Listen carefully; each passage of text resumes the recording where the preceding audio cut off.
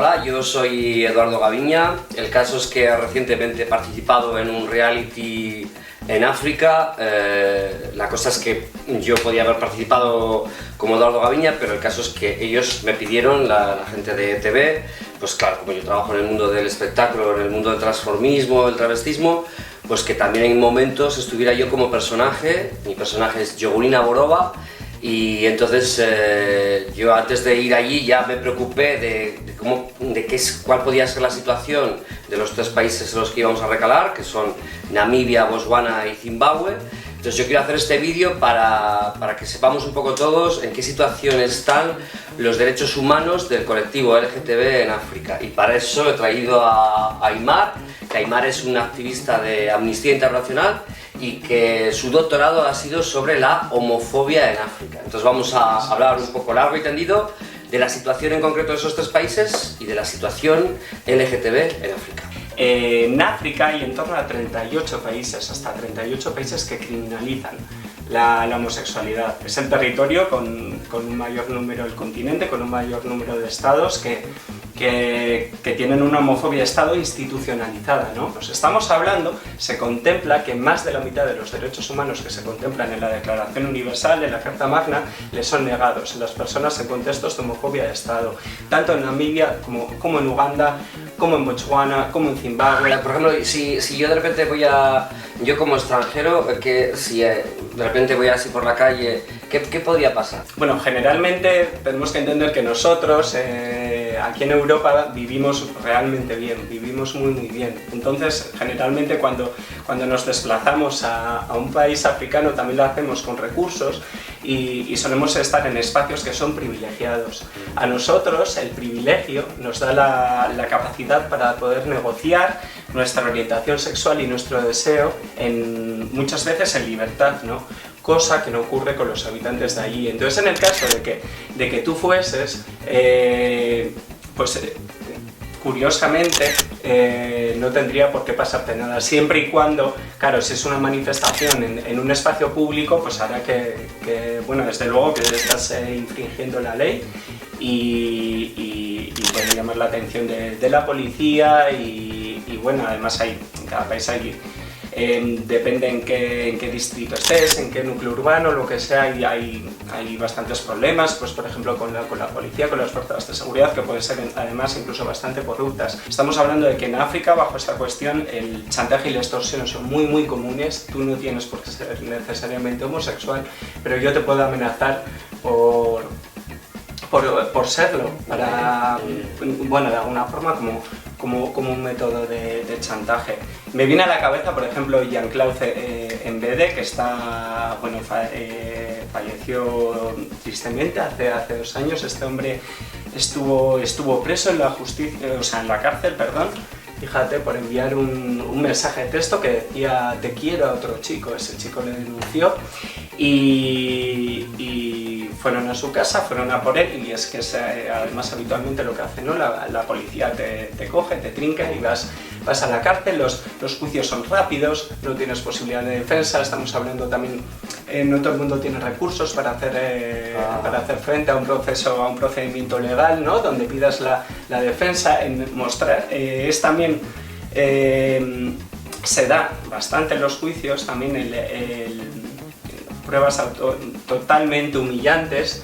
Estamos hablando de que se buscan pruebas de sexo anal y sexo coital ante la gente que ha sido denunciada y se le desnuda, se explora en su ano y, o sea, obviamente esto es algo absurdo, ¿no? O sea, sin ninguna base médica. Las sanciones son tanto administrativas, con una sanción económica, o penas de cárcel o incluso penas de muerte, depende en qué país estemos hablando. Cada país tiene establecidas diferentes cuantías penales económicas y diferentes también años de cárcel, por ejemplo. También no es lo mismo que sea reincidente a que sea la primera vez.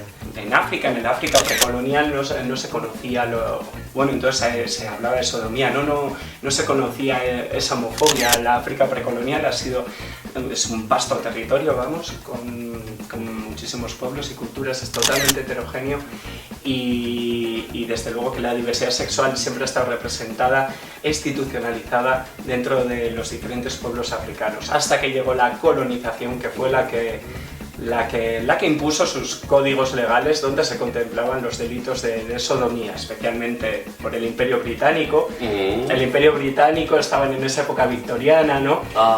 Tan encorsetada, y es que es curioso porque estamos hablando que las mismas leyes que a finales del 19 metieron a Oscar Wilde en la cárcel son las que actualmente están vigentes en muchos países africanos. Y de hecho es interesante si ves alguna vez el artículo donde viene, ¿no? la condena, se habla de términos siempre bíblicos, se habla de sodomía, de los sodomitas, ¿no? De ese pueblo que destruyó Dios, que viene reflejado en el Antiguo Testamento porque había pues, hombres fornicando.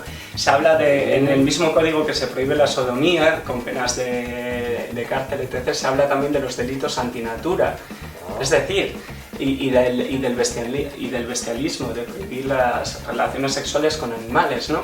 Entonces, ahí hay un gran pozo, también una gran herencia colonial, religiosa, que lo que hace es venir a situar, ¿no? Dentro de lo natural y de lo normativo a lo heterosexual y dejar luego en una periferia, desde luego, al resto de deseos, de identidades y de formas de expresión y cuerpos que no casan, ¿no? con lo que oficialmente se considera que es realmente y genuinamente africano. Vamos a hablar del activismo. ¿Qué está pasando ahora mismo en África? ¿Qué se está haciendo? Bueno, desde luego que son además, yo creo, los auténticos protagonistas, ¿no? En esta lucha, ¿no? Las personas LGTBI que están en la calle, que se hacen visibles en los espacios públicos y que están luchando día a día por sus derechos. Gente que manifieste todo ese tipo de cosas. Los hay, desde luego, y fundan sus organizaciones, desde luego que son organizaciones que aunque piden registrarlas, claro, en el registro público no entran por las leyes vigentes de los diferentes países, pero desde luego que sí. Mira, un ejemplo muy bueno es el de Uganda. En Uganda hay, Uganda es porque sé ese caso, pero lo mismo me daría igual hablar de otro país porque todos son desde luego que igual de valientes. En Uganda, por ejemplo, está Casa, está Pepe, hay un montón de activistas, de hasta 5 organizaciones diferentes, ¿no? que están luchando y de alguna forma lo que intentan es visibilizar en los espacios públicos que hay diferentes formas de amar, diferentes formas de desear que son igual de naturales que las heterosexuales, ¿no? Entre las estrategias que tienen, por ejemplo, recabando un poco en la ugandesa, tienen un canal de comunicación por internet. También es muy importante que se pueda hacer por internet, en el sentido de que, bueno, al final entrar en internet depende en qué contexto lo puedes hacer de una forma anónima, aunque también el acceso a internet en África depende de dónde es africano, pero muy africano, complicado. Pero lo que quería decir es que tienen una especie de agencia de noticias, se llama Kuchu Times. Kuchu es... yo voy a ir poniendo esta información y así. Kuchu Times. Kuchu significa maricón en el dialecto swahili que se habla en Kampala, que es la capital de Uganda. Y ahí pues todos los días hacen un pequeño vídeo de noticias donde hablan, también hacen muchos vídeos sobre salud sexual, educación, recursos y material, ¿no? Para que la gente pueda seguir adelante. También hay una revista que es muy interesante, que la publican de forma digital, claro, Bombastic Magazine se llama. Casa la lleva. Bueno, Casa Jacqueline Agabaseras es una activista muy reconocida, fue premio Martin Enal. Los Martin Enal son premios que sean activistas y se reconoce su labor en defensa de los derechos humanos. Y, bueno, Martin Enal fue uno de los que escribió la Declaración Universal de los Derechos Humanos y se reconoce, y ella, por ejemplo, es una de las galardonadas, que por cierto, pues estando además siendo tan visible en su país, y desde luego que estando tan amenazada, sí que además es curioso, ¿no?, ver, porque esta mujer en particular ha recibido muchas, digamos que se le ha ofrecido asilo, ¿no?, asilo como una persona perseguida por su orientación sexual en diferentes países. Y ella ahí no se va, ella ahí sigue. Sí, sigue en Uganda. Y sí, y desde luego que vamos, con una biografía de resistencia admirable, y habiendo vivido cosas muy duras como el asesinato a sangre fría de David Kato, que fue otro activista ugandés impresionante también. Todos los activistas están ahí. En el momento también que se visibilizan y se hacen público, muchas veces acaparan la atención de los medios de comunicación. Incluso ha habido medios de comunicación que han publicado las imágenes con la dirección de estos activistas, llamando a la gente a que vayan, incluso decía Rolling Stone, ¿no?, en Uganda, hang them, a colgarles, a matarles.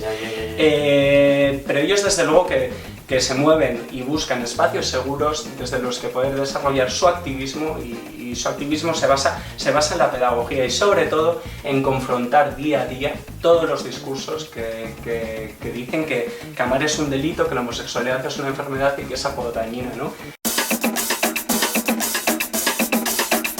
¿Qué progresos se están produciendo ahora mismo en África? Bueno, por ejemplo, estamos hablando de Uganda. Hay que decir que Uganda ya ha celebrado por 2 veces su Pride, el orgullo. El Día del Orgullo. Sí que es verdad, sí, se hizo en 2014, en agosto de 2014, la primera semana, el 8 creo, en la localidad de Entebbe, y se hizo ese día porque fue el día anterior. El Tribunal Constitucional del país declaró anticonstitucional la ley que fue aprobada y firmada por el presidente en febrero, que recriminalizaba la homosexualidad, instaurando la cadena perpetua. ¿Cuánta gente? Yo creo que podía haber imágenes de la manifestación. Desde luego que en cuanta gente había más medios de comunicación que personas. Ya. Es así. Pero es un acto de empoderamiento. Pero sin embargo, en Sudáfrica, la homofobia que hay y la violencia que hay en los espacios no privilegiados, en los entornos urbanos más degradados, es brutal, ¿no?, impactando especialmente hacia las mujeres negras y lesbianas que tienen muy pocos recursos.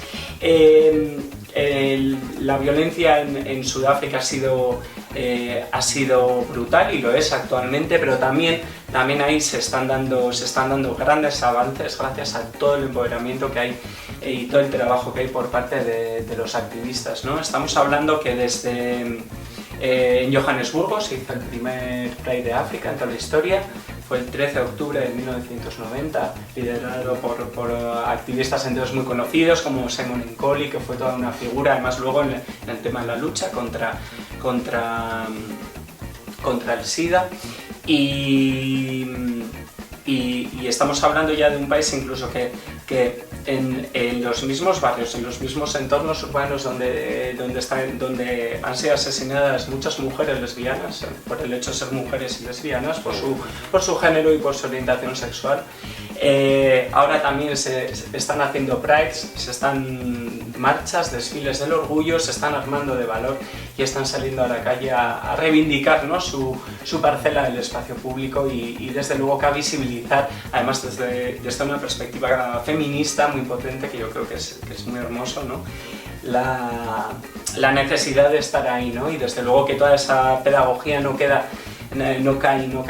en saco roto y cada vez existen también más espacios seguros, ¿no?, desde los que se puede combatir y dar respuesta con más facilidad a la homofobia. Por ejemplo, en Botswana, creo que Lega Vivo, que es la organización de LGTBI de allí, esa organización ya se ha podido inscribir en el registro gubernamental y es una organización de facto a plenos derechos, exactamente. El expresidente de Botswana, que ahora no me va a venir su nombre a la cabeza, por ejemplo, pero está apoyando mucho a esta organización y a este movimiento. Sí, para que en Botswana acabe la criminalización de la homosexualidad, y esto obviamente siempre revierte sobre el Estado y sobre el gobierno que bueno, se puede sentir de alguna forma igual presionado y aumentar su discurso homófobo, pero en este caso las cosas parecen que cada vez son más laxas y que se están dando avances dentro del marco legal bastante positivos, ¿no? Y en Mozambique igual. Curioso como dentro ya de los propios colectivos se discrimina más o menos a un sector. ¿En África ocurre lo mismo, por ejemplo? Sí, exactamente. Ocurre lo mismo en África como todo el mundo, ¿no? Como en todo el mundo, y luego depende del contexto en el que estemos y de de qué negociación de la violencia exista, el impacto es mayor o menor, ¿no? Estamos hablando que siempre en el centro del poder, el capitalismo tiene bastantes cosas malas, y yo creo, y pocas buenas, y entre ellas desde luego que esta es la de haber institucionalizado un sistema patriarcal y heteronormativo que entiende que en el centro del poder está el hombre blanco y heterosexual. Siempre y cuando más te alejes de esa imagen, más vulnerable vas a ser a la discriminación y violencia. En África también... Imagínate una mujer negra, lesbiana, sí, exactamente, y va a ser, vamos... Las discriminaciones además nunca acontecen solas. Cuando a nosotros nos discriminan por cualquier cosa tampoco, hay que pensar siempre en toda una cascada de factores que se esconden detrás, ¿no? O sea, es que una mujer también o un hombre en África puede ser discriminado por su orientación sexual, puede serlo por su género, pero también por su estado serológico, porque tiene VIH, también puede serlo por una discapacidad, o también puede serlo por los recursos económicos que pueda tener y las capacidades de afrontar socialmente, ¿no? su día a día, ¿no? También hablamos de la discriminación laboral, hablamos de toda una multitud de discriminaciones que en el caso africano en particular impactan en las personas más vulnerables, ¿no? Que en este caso desde luego que están las mujeres lesbianas y negras con pocos recursos, y eso se ve muy bien en Sudáfrica, y desde luego las personas transgénero. ¿Cómo vive una persona transgénero en África? ¿Cómo es posible? O sea, ¿cómo hay, vamos, me imagino que cobertura cero, y cómo es la situación del colectivo transexual ahora mismo? Bueno, yo puedo hablar ahí un poco sobre Sudáfrica, y ahí sí que te puedo decir que nuevamente es muy diferente que tú seas un hombre o mujer transgénero blanco que malayo, que mestizo o que negro. Generalmente las personas transgénero negras tienen, desde luego tienen un entorno de discriminación brutal, ¿no? que impacta fuertemente sobre ellas, y bueno, me estoy refiriendo además a las mujeres por identificar, ¿no? el hecho de que la mujer dentro de la heteronormatividad se lleva a la periferia, ¿no? A donde está esa vulnerabilidad a la violencia y discriminación, y eso desde luego que lo que hace es que muchas mujeres transgénero, en el caso sudafricano por ejemplo, que son negras, no tengan oportunidades laborales, no tengan recursos ni recursos, ¿no? Para tener una calidad de vida mínima, y muchas veces pues bueno, además de vivir en fuertes contextos de violencia, se dedican al trabajo sexual sin protección alguna, y desde luego en una situación en la que sus derechos humanos son violados. Marruecos, que está aquí a unos pocos kilómetros, es que la homosexualidad no existe, que es algo de los blancos, y que las personas africanas per se son genuinamente heterosexuales. Pues por ejemplo es curioso pues me viene a la cabeza hablar del pueblo Azande. El pueblo Azande es un pueblo que estaba situado, bueno, y está actualmente entre el sur de Sudán y el norte de República Democrática del Congo. Entre los Azande, por ejemplo, existía una figura, existía un hecho que era el del matrimonio de hombres con muchachos. Por ejemplo, cuando los Azande iban a la guerra, no se llevaban a a las mujeres, sino que se llevaban a muchachos para que les atendiesen en sus necesidades domésticas y luego además tenían relaciones sexuales con ellos. También culturalmente en otros pueblos, ¿no?, se daba el hecho de que también en periodos de guerra, ¿no?, algunos pueblos optaban por no tener sexo con las mujeres, porque se creía que como las mujeres, bueno, menstruan y sangran, al introducir el pene ahí iban a debilitarse de alguna forma, y entonces lo que hacían era tener sexo entre ellos. Dentro de cierta cosmovisión que se ha dado en algunos territorios, que el sexo es exclusivamente algo que sirve para asegurar una descendencia, eso ha hecho desde luego que haya todo un relato de diversidad sexual detrás de eso que no era para ellos entendidos como sexo, ¿no? Eso también ha hecho, es curioso porque durante el siglo XVI y XVIII los exploradores europeos que iban a África y los pocos que se interesaron por la sexualidad de los africanos, claro, iban donde una zande, por ejemplo, y le preguntaban, ¿tú alguna vez, o donde una mujer basoto, y le decían, ¿tú alguna vez has tenido sexo con alguien de tu mismo género, de tu mismo sexo? Siempre respondían que no. Obviamente no, porque el sexo como tal, dentro de la lengua, dentro de cómo está instrumentalizada y dentro de su etiología de la palabra, es algo que sirve solo para la procreación. Y nosotros desde aquí, desde el occidente, ¿qué podemos hacer? Bueno, pues lo primero de todo, yo creo que lo que tenemos que hacer siempre es empoderarnos, ¿no? Empoderarnos en quién somos y visibilizarlo sin ningún miedo, ¿no? O sea, nosotros mismos tenemos ya que desde luego, exactamente, claro. Sí, desde luego que yo creo que nunca podremos ayudar a nadie exactamente, si nosotros tenemos muchos problemas. No tenemos un respeto hacia nuestro propio deseo, ¿no? Es muy bonito, ¿no? Que velemos por nuestro deseo, que lo desarrollemos, que lo negociemos en plena libertad, ¿no? Y siempre que surjan trabas, ¿no?, que surjan discursos homófobos, discursos machistas, pues que estemos alerta, ¿no?, para combatirnos y hacernos valer y hacer pedagogía, ¿no?, en la calle, ¿no? También las travestis en África, también desde luego que tienen en el África precolonial e incluso actualmente eran figuras de muchísimo prestigio, solían ser los chamanes, desde luego que también eran un cuarto género, un quinto género, bueno, como allí no entendían ese binario de hombre y mujer, pero desde luego que eran personas además que tenían sexo libremente, tanto con hombres como mujeres, pues se vestían de una forma y espiritualmente eran desde luego que personas de mucho prestigio para... Las travestis. Carrina hablaba de chamanes y travestíes, ¿no? De alguna forma ellos lo que hacían era travestirse, ¿no? Pues no sé, al final yo creo que, oye, he leído por ahí, ¿no?, que todos nacemos desnudos y luego nos travestimos, es ¿no? Verdad, es verdad. Pues cada uno elige la forma que quiere.